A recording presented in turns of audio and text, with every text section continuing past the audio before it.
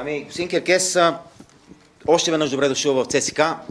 Да започнем така. Когато напуснахте Ботев, казахте, че искате един ден да се върнете в България и да станете шампион с български отбор.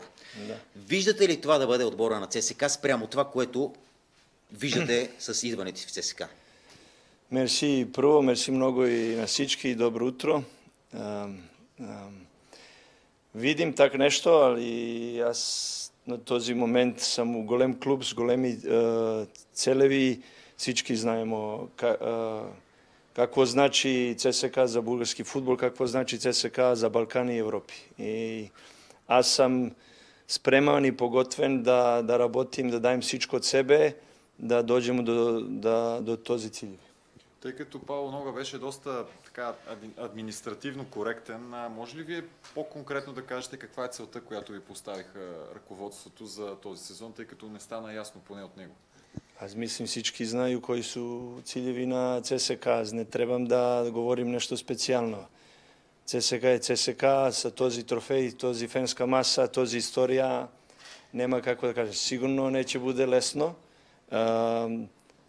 Много години без трофеи, али всички, видим ту всички амбициозни хора, верую у този целеви. Треба, аз първо мислим, трябва да поготвимо jedan силен отбор, какво история е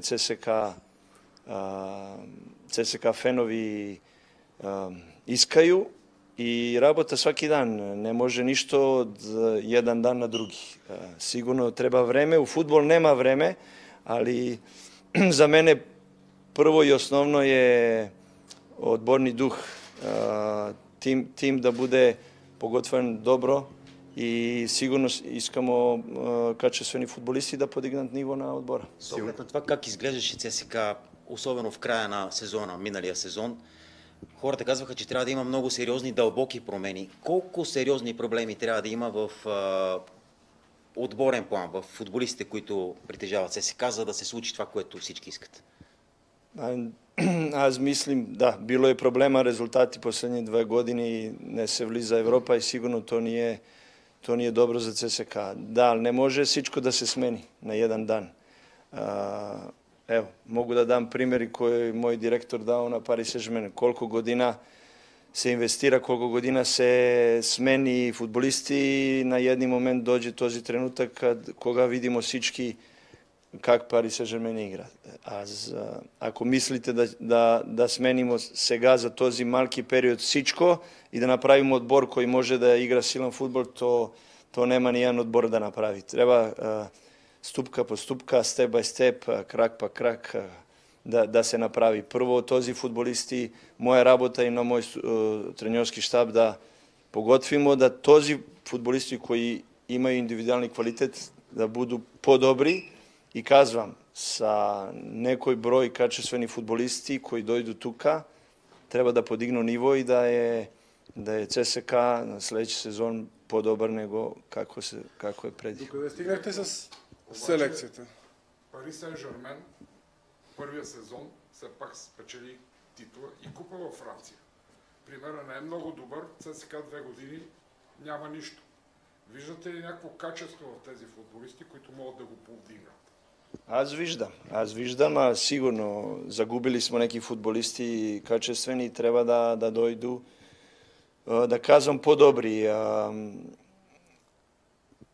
Казвам, има квалитета, индивидуални качество, али да се нещо направи, да се доđe до високи ciljevi, трябва да се има отбор. Отбор koji всеки дан има исти цел, всеки дан работи трудно и за този циль всички заедно. Видим амбициозна хора тука, от президента до всички, много промени и знаем, нема време, специално ЦСКА нема време, ali сигурно веруем у този циль и не би бил тук да не веруем.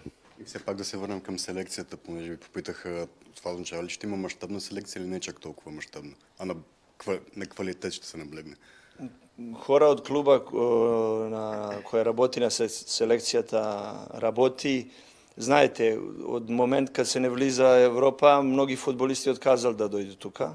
То е истина. Аз сам сваки дан на врска со директори, скаути и гледамо, неки су поблизи.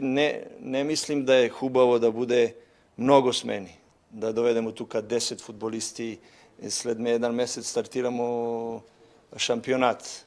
А на позиција кој видимо да треба на този момент днес, казвам, този седмица, очекивам да дојду неки фудбалисти и да сме у Словенија, ајде да кажем, на 70-80% са селекцијата. Павло Нога каза, че е избирал измежду 46 треньори, вие сте 47-я с вас. Да. Как се чувства Душан Керкес като човек, който е преборил 46 треньори? Аз не мислим на този момент. Аз съм тука и, како казва мој директор, финални избор е поважен. Не мислим на тога, сконцентрира съм, фокусиран на работа и да идем всичко од мене за ciljevi и за ЦСКА. Знаете как бяхте изпратен от Ботев Пловдив с аплодисменти и така нататък. Ако отбора обаче в елита, първия ви матч ще бъде именно срещу тях. Има ли място за емоции? Сигурно има место за емоции. Аз съм професионалец и аз кажем, уважавам много хора на Ботев, хора на Пловдив, фенови и искам да решим тази ситуација, како сам казал, не крием се од никој. Да, може бити да сам казал на този момент по-емоционален и на този момент сам мислил, ако се тргвам чужбина и не мислим никог да обидам, как се казва? Обидим. И мислим, една фраза не може да промени всичко, как е било за този 2 години. Господин Керкес, какво се случва с Иван Дюгеров, който беше така обвинен от странични хора, че е правил нещо неправомерно, но в крайна сметка не видяхме доказателства, реални доказателства, с които да се подкрепи това? Този Иван работи индивидуално, не с първи отбор и всичко друго от клуба ще те чуят. Знаете, че от този сезон има и ново правило, че трябва да има поне 4 българи. Ще се спази ли това правило от ЦСКА и това означава ли, че се трябва да търсите още български футболисти, които да привлечете? Да.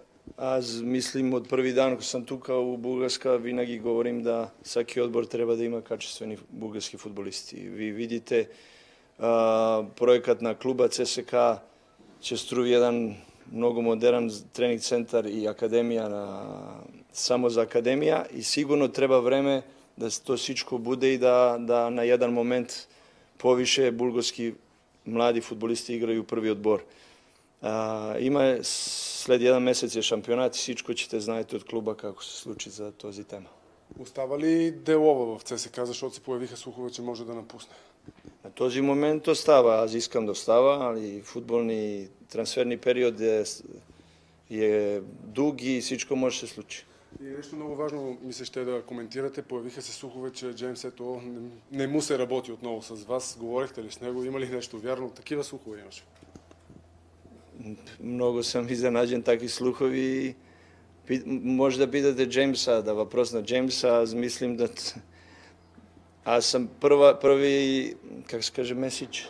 Първо съобщение, като съм подписал тук, съм добил Джеймс да е много среща съм тук. Аз и он имамо много специален однос, ali той зна с мене, мора да работи повише, по-добро, има качество и може да игра по-добро него този година. Андрей Йорданов приближава ли се до това да тренира на Панчарево? Не. Добре, има ли български футболист, за който може да кажете, че се работи по привличането му? Се работи, але не искам да кажем имена, след тога може да се поквари трансфер, ако некој други чуе имена и по-добре да не говорим имена. А има ли футболисти от отбора сега, които вие не искате във вашия щаб през новия сезон? На този момент нема.